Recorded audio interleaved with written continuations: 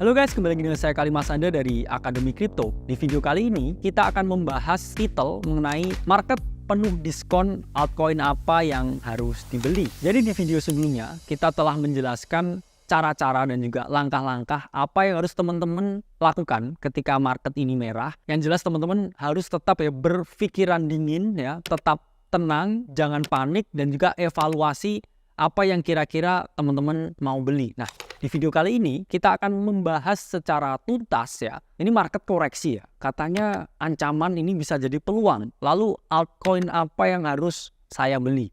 Saya ini nggak mau ketinggalan momen. Oke, yang pertama yang harus teman-teman beli adalah beli the winner. Apa itu the winner? Jadi the winner itu merupakan altcoin dengan kapitalisasi pasar yang tinggi, yang mana bisa dibilang ya para big cap yang naik dengan signifikan. Jadi sesuai dengan strategi yang kita ungkapkan ya, strategi pagi siang malam. Akhir-akhir ini market ini cenderung ya yang selalu di-beat oleh para smart money, oleh para market participant. Ini adalah koin-koin big cap yang sudah jelas fundamentalnya. Jadi mohon maaf nih ya, para pecinta low cap ya, para micro gems ini cenderung akhir-akhir ini tidak dilirik oleh market karena kita juga tahu ya altcoin yang masih memiliki kapitalisasi pasar yang sangat kecil ini kecenderungannya atau ketidakpastiannya ini sangatlah tinggi. Kenapa? Karena sesuai dengan konsep malam hari ya, ketika teman-teman menerapkan konsep investasi pagi siang malam, teman-teman melihat altcoin yang memiliki kapitalisasi pasar kecil ini emang naiknya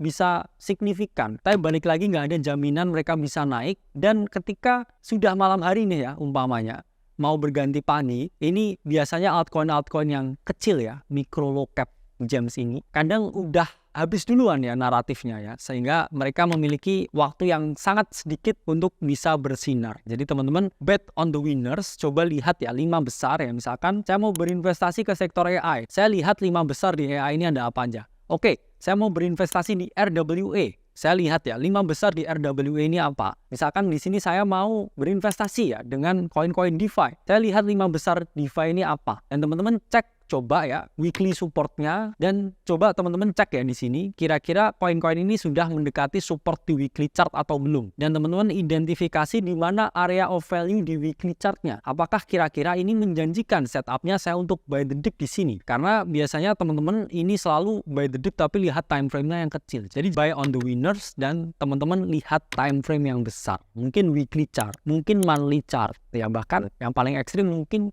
chart 6 bulanan untuk teman-teman mengidentifikasi mana area of value-nya dan kira-kira menarik nggak nih saya buat buy the dip di sini. Karena market memiliki kecenderungan akhir-akhir ini untuk lebih peduli on the winners ya, dan low cap ya ini agak dikesampingkan ya akhir-akhir ini. Jadi jangan sampai salah ya beli low cap yang tidak memiliki project atau prospek yang bagus ya. Lebih baik teman-teman buy the dip on the winner dan lihat time frame yang panjang sebelum teman-teman mengeksekusi dan memiliki conviction untuk membeli. Kedua, hindari buy the dip untuk koin meme. Wah, ini mungkin agak sedikit ya kontroversial buat para meme lovers di sini. Saya bukan hate on meme coins, tapi memang ada chance ya meme coins yang teman-teman beli ini keep on dipping, sehingga janganlah ya teman-teman buy the dip. Wah, saya mau buy the dip tapi meme coin. Karena meme coin ini punya tipikal boom and bust. Boom ya naiknya tinggi, naiknya berkali-kali lipat, tapi ketika dia bust ya, ketika turun, ini turunnya bisa 70, 80,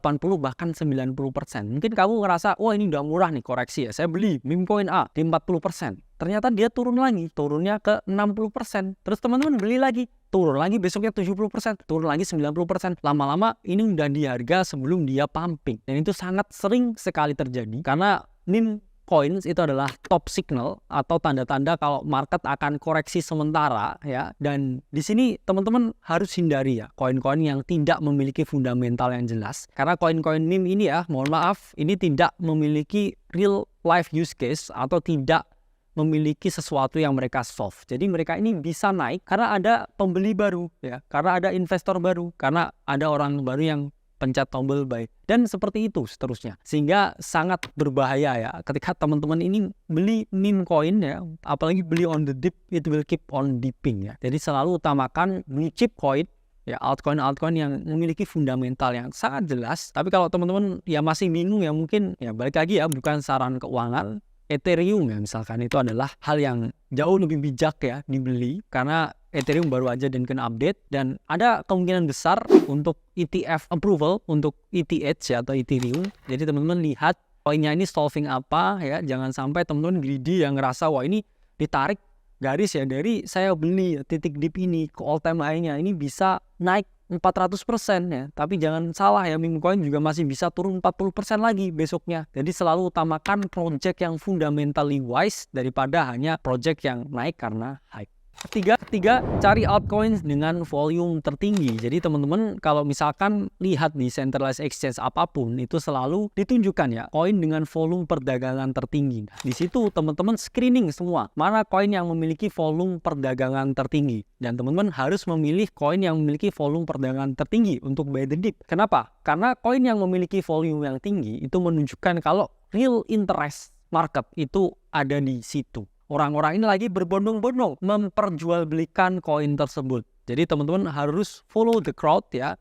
Mana ini kira-kira ya yang paling diminati, karena market ini juga bisa naik pun karena adanya hype around suatu project tertentu. Dan di situ ya teman-teman harus membeli koin yang paling diminati, koin yang memiliki volume paling tinggi, karena itu adalah koin yang paling diminati oleh masyarakat atau para market participant. Jadi teman-teman screening mana yang volumenya paling tinggi. Tapi kalau di sini teman-teman lihatnya itu di centralized exchange tertentu, itu adalah keseluruhan volume di centralized exchange tertentu ya. Jadi misalkan kamu pakai centralized exchange A dan kamu screening mana volumenya paling tinggi, itu kamu akan ditunjukkan koin dengan volume paling tinggi di centralized exchange A. Tapi kalau teman-teman mau lihat ya, mana koin dengan volume tertinggi di centralized A, centralized B, centralized C, itu bisa menggunakan basic crypto data seperti CoinGecko atau CoinMarketCap. Karena misalkan teman-teman lihat di CoinMarketCap, itu bisa teman-teman lihat ya, mana koin dengan volume tertinggi dari kumulatif berbagai exchange yang ada.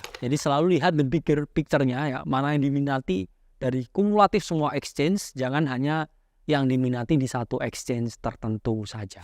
Keempat adalah buy the dip for the coming narrative. Jadi teman-teman yang masih bingung ya, ini kan ada banyak sekali ya naratif yang ada di market dan juga naratif yang akan terjadi selanjutnya di market. Jadi kalau teman-teman lihat, wah ada dip nih ya, ada koreksi. Ini adalah potensi kamu untuk positioning yourself sebelum next narrative is coming. Karena investor yang bijak itu biasanya itu membeli ketika harga ini terdiskon atau terkoreksi. Beli akumulasi dan punya conviction yang tinggi untuk aset tertentu ya. Jadi akan banyak sekali ya naratif yang possible ya coming untuk tahun ini. Misalkan ada RWA naratif ya, ada CBDC naratif, ada cybersecurity naratif, dan juga ada privacy naratif. Jadi teman-teman manfaatkan ya dip ini untuk positioning yourself beberapa koin-koin yang memiliki potensi naik di narasi-narasi yang akan datang selanjutnya. Jadi jangan ya belinya ketika hype, ketika rame, ketika semua orang ngomongin, tapi ketika koreksi kayak gini takut ya. Padahal ini naratifnya mau jalan, belum jalan, naratifnya masih tidur. Ini adalah kesempatan buat kamu untuk melihat posibilitas mana ya ini saya bisa investasi di sini. Karena para smart money ini selalu mengakumulasi ketika harganya koreksi seperti ini ya, bukan ketika harga ini mengalami kenaikan yang signifikan. Jadi pahami ya teman-teman dan beli ketika koreksi. Kelima adalah hindari leverage tokens atau menggunakan margin ketika buy on the dip. Jadi kesalahan yang membuat teman-teman istilahnya rungkat ya ini adalah teman-teman ini keep on buying the dip tapi pakai leverage, tapi pakai margin, sehingga itu bukan buy the dip namanya, tapi kamu average down. Dan average down itu selalu berakhir tidak baik atau berakhir buruk karena kamu keep on DCA-ing ya, memperbaiki entry-mu untuk ide yang sebenarnya salah. Jadi kamu udah tahu nih salah ya, tapi tetap kamu lanjutin terus. Itulah average down. Itulah yang terjadi yang membuat ketika ada likuidasi massal ya, harga turun, jatuh, ini teman-teman kehilangan semua aset yang teman-teman miliki. Apalagi di sini teman-teman terus ya depo ya, terus deposit ya uang dari luar supaya nahan marginnya ya, nahan balance-nya supaya nggak ke margin call. Wah ini hal yang sangat salah kaprah ya. Jadi kalau teman-teman trading pakai leverage, trading pakai margin, kalau udah idenya salah, terinvalidasi, udah jangan di average down, cut ya. Karena kamu harus respect your trading plan, dan ketika di awal ini udah jelas ya, kamu mau apa ya di sini. Oh oke ya, saya mau trading. Ya udah jelas ya, mana entry-nya, mana invalidasinya, mana take profit-nya. Jangan udah waktunya kamu stop loss, tapi malah nggak kamu cut posisinya. Kamu terus deposit ya, nambah margin terus, sehingga berharap average-nya ini lebih baik. Dan ketika terjadi event ya, Black Friday ya, market crash ya, terus posisimu ini terambil, kamu terlikuidasi full ya, kamu akan nyesek karena kamu akan kehilangan semua aset yang kamu miliki ya, posisinya itu tidak kembali lagi. Jadi bijaklah ya, jangan buy on leverage tokens ya, atau menggunakan margin ketika kamu buy the dip. Stay spot dan stay chill.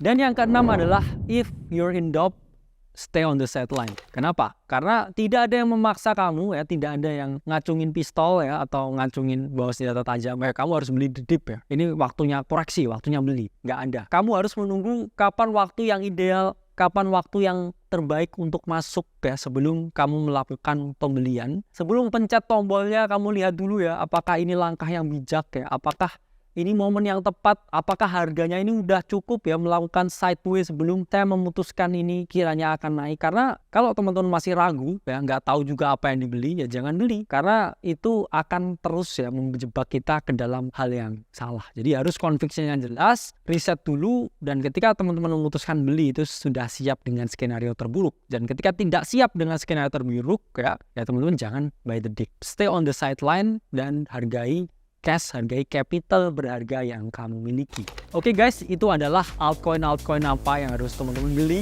ketika ini lagi dip ya. Kembali lagi, ini bukan ajakan atau rayuan untuk berinvestasi. Teman-teman harus do your own research sebelum melakukan keputusan finansial apapun.